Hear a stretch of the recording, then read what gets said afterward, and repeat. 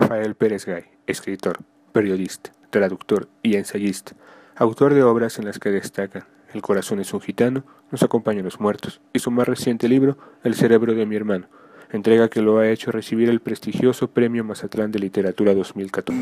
Mira, es un libro muy importante para mí porque precisamente es un libro en donde está una parte de la memoria de mi hermano y me alegra que sea el libro que ha recibido el Premio Mazatlán de Literatura.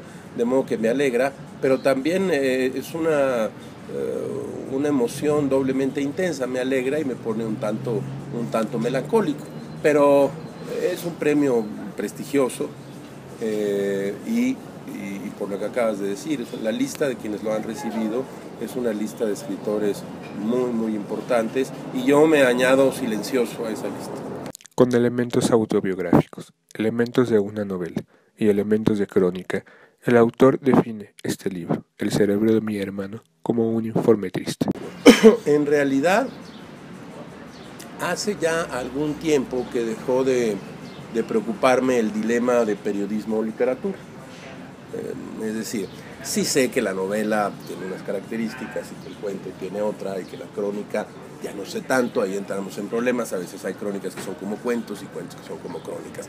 Pero digo que me dejó de preocupar ese dilema porque cuando escribo, o por lo menos cuando he escrito los últimos 2 o 3 libros, me refiero al corazón es un gitano, me refiero a Nos acompañan los muertos y me refiero al cerebro de mi hermano. Aquí tendríamos como los 3 ejemplos en lo que yo me de géneros en los que he decidido incursionar.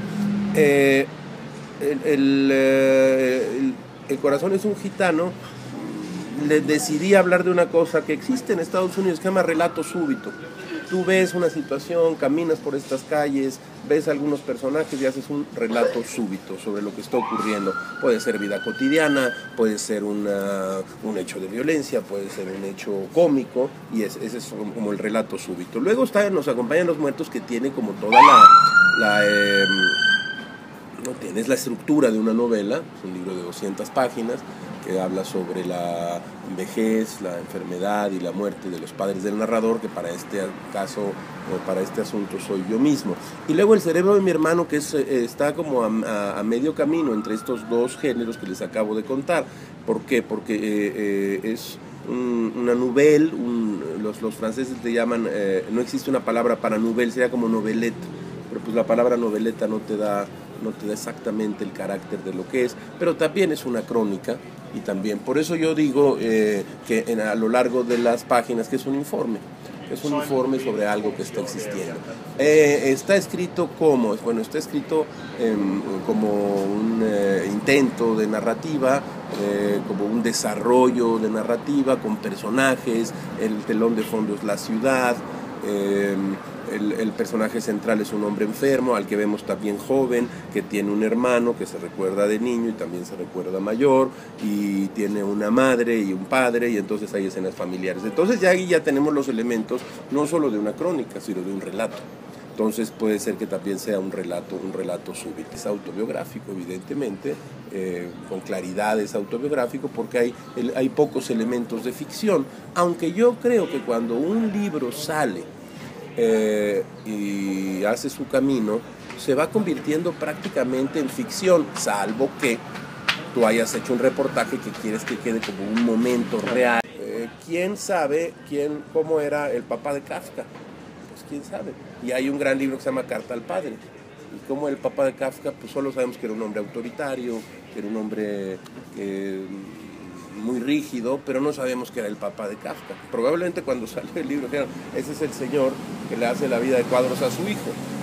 Tampoco sabemos cómo era el mayor Sabines. Estoy pensando en algo sobre la muerte del mayor Sabines, y es muy reciente, pero yo no tengo idea de cómo era el mayor Sabines. Pero yo leo a Jaime Sabines, y si no han leído ese poema, léanselo hoy en la tarde porque es extraordinario, y es la historia de un poeta que está haciendo un largo poema extraordinario en lengua española sobre la muerte de su padre, a quien le da un cáncer y se muere. Pero el mayor Sabines, ¿quién es? Pues quién sabe. A lo mejor un día dirán, pues José María Pérez Gay sí, fue un escritor importante, conocido, pero ya habrá alguien mucho más joven que ustedes cuando ustedes ya sean viejos y yo no esté en mi casa, que digan, bueno, a lo mejor es solamente pues, la historia de dos hermanos. Yo sabía que tenía que empezar así, un hermano caminando por los pasillos de neurología y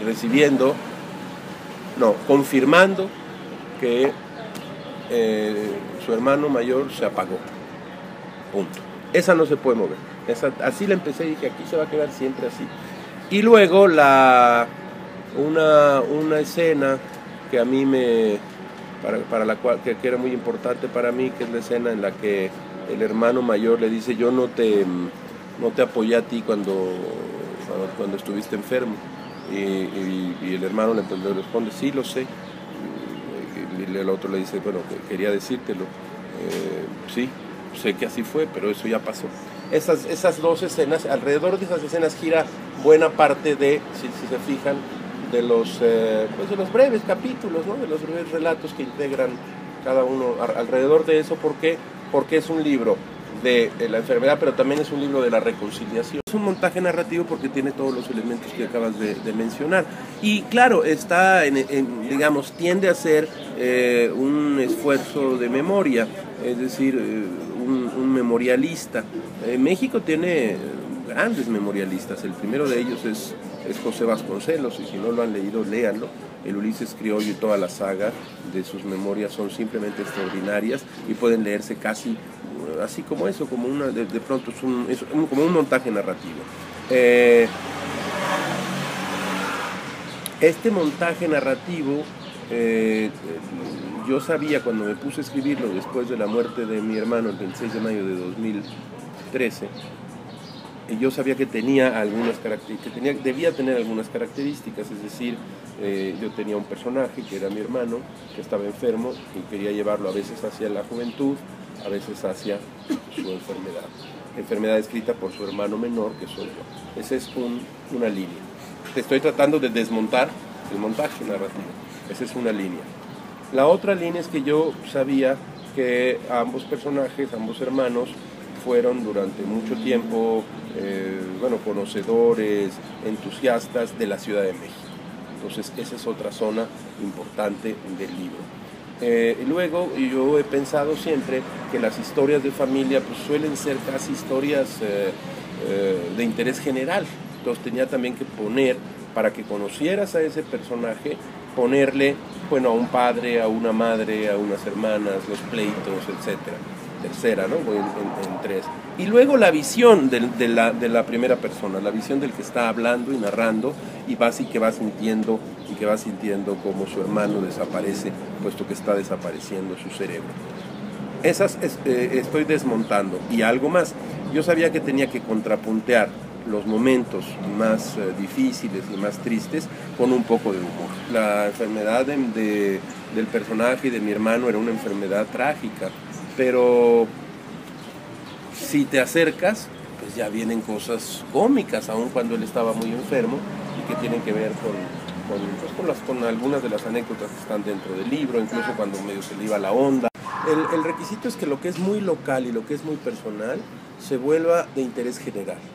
Que tú puedas estar leyendo un libro, no hablemos ahora del mío, que tú tomes un libro y resuene en tu memoria y digas, es que de algún modo me está contando una historia que a mí, no solo que te haya sucedido, sino que a ti te interese, que te meta en un mundo, y esa es la forma en que un escritor puede conectar, puede contactar con sus lectores. Y yo soy un escritor que se propone, puedes pasar sin problema, y yo soy un escritor que se propone escribir para ser leído.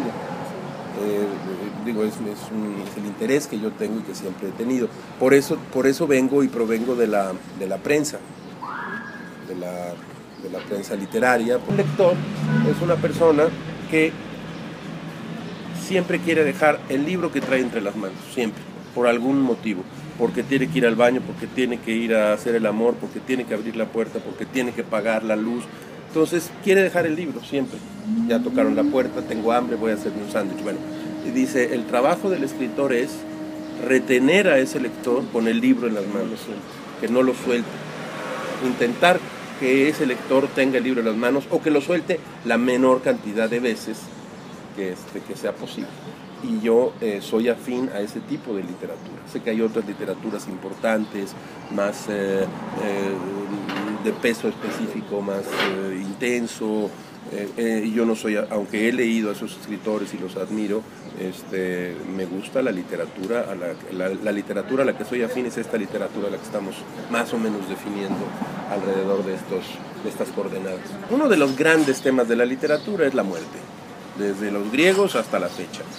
Y este es un libro de la muerte, pero al mismo tiempo, digo yo, es un libro sobre la vida, sobre la continuidad de la vida. Con el paso del tiempo, la muerte se va volviendo un asunto que tiene que ver con la finitud. Pero yo digo, la muerte, o la idea de la muerte, no es sino la continuidad de la vida, no después de la muerte, sino que la vida va continuando. Aunque yo no esté aquí, la vida es la continuidad de la vida misma. Y de eso también trata el cerebro de mi hermano, desde luego de la muerte, la enfermedad y de la continuidad de la vida. Trata también de la hermandad.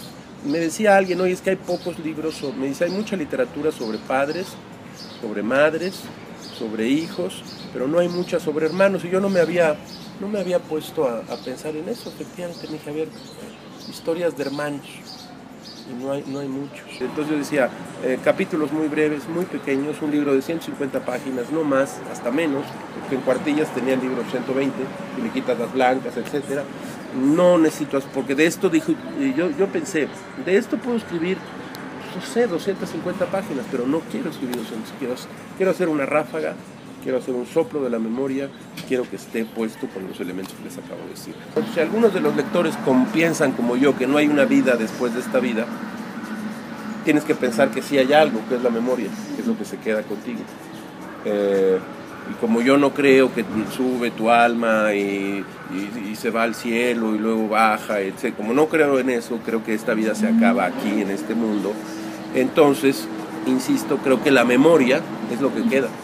Y que es lo que yo tengo, por ejemplo, hoy de mi hermano, cuando ojalá ustedes no hayan pasado ni pasen en mucho tiempo por una pérdida muy seria, es obvio que te queda la memoria.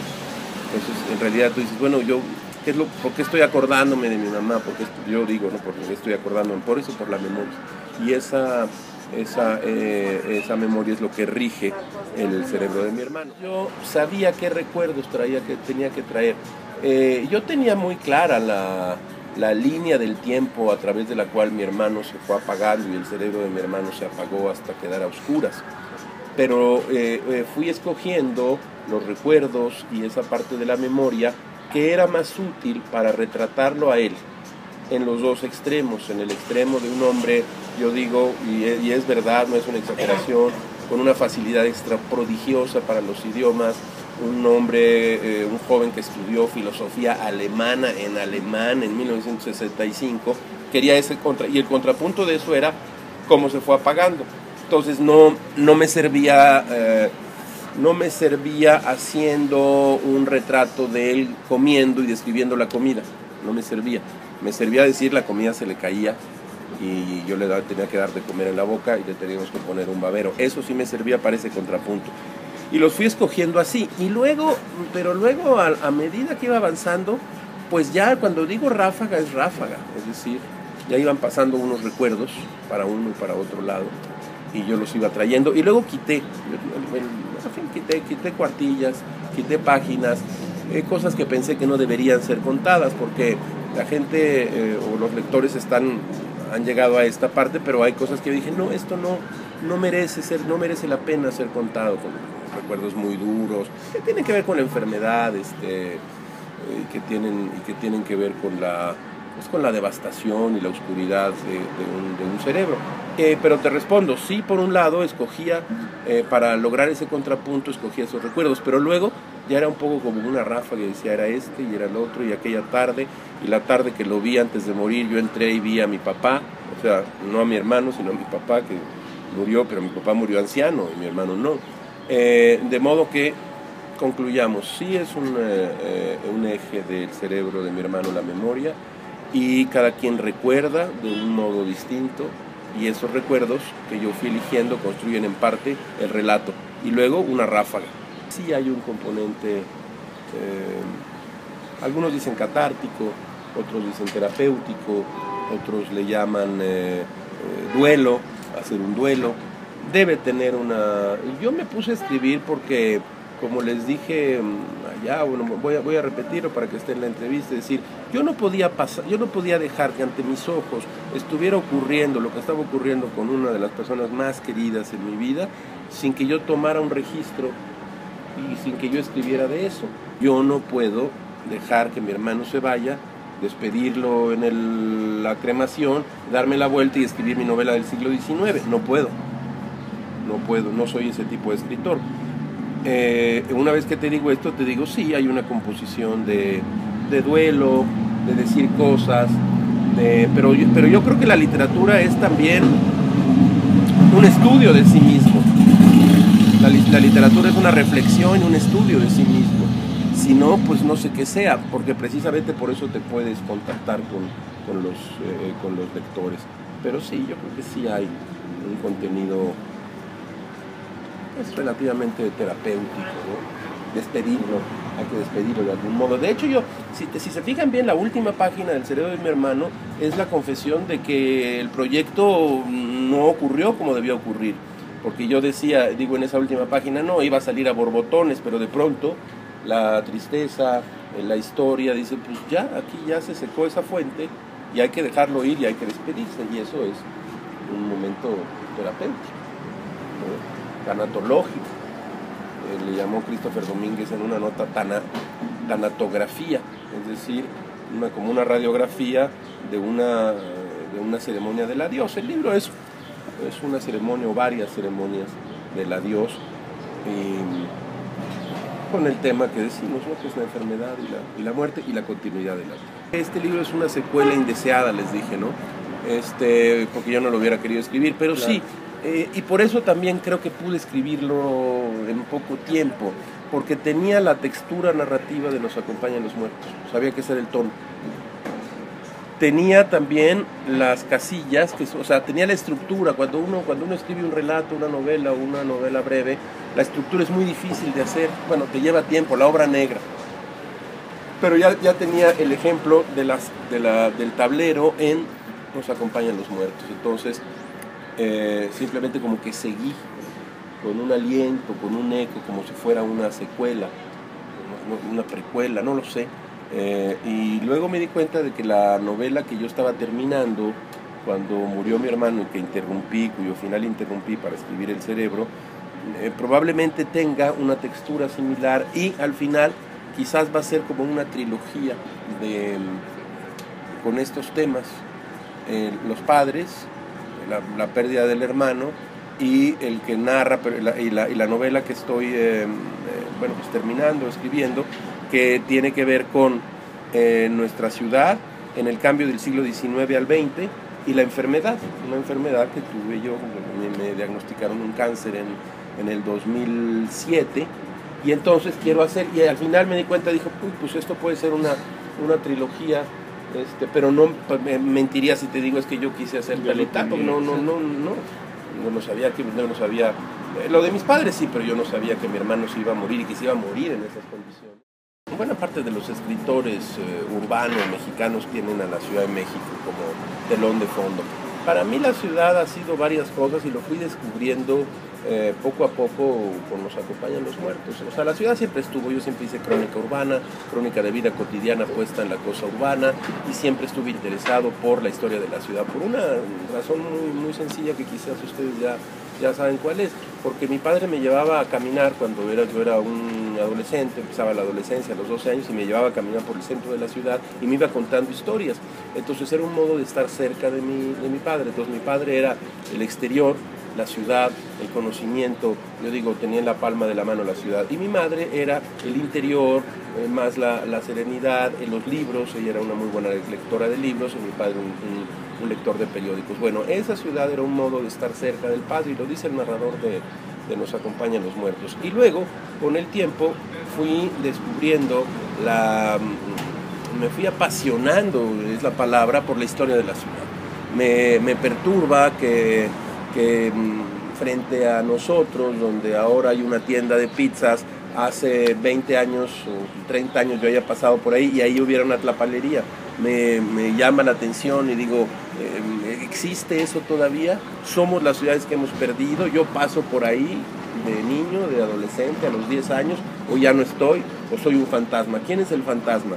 ¿Nosotros que estamos aquí ahora o el pasado que sigue latiendo ahí enfrente? Probablemente los fantasmas somos nosotros y no lo sabemos. Yo creo que la literatura es muchísimo más amplia que, digamos, esta tendencia que consiste, como lo has definido muy bien, en tomar parte de tu pasado, en tomar parte de tu presente y construir en un tablero una historia.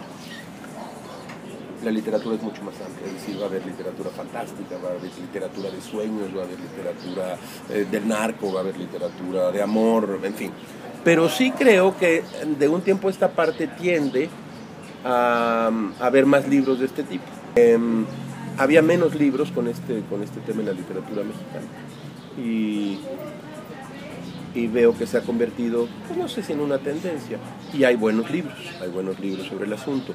Julián Herbert escribió Canción de tumba, se lo recomiendo, en donde él cuenta la historia de su madre, que fue prostituta, una prostituta de Saltillo, y él está cuidándola en una cama de hospital, y empieza a hacer la historia de su mamá, que es una puta, que ha sido una puta toda su vida.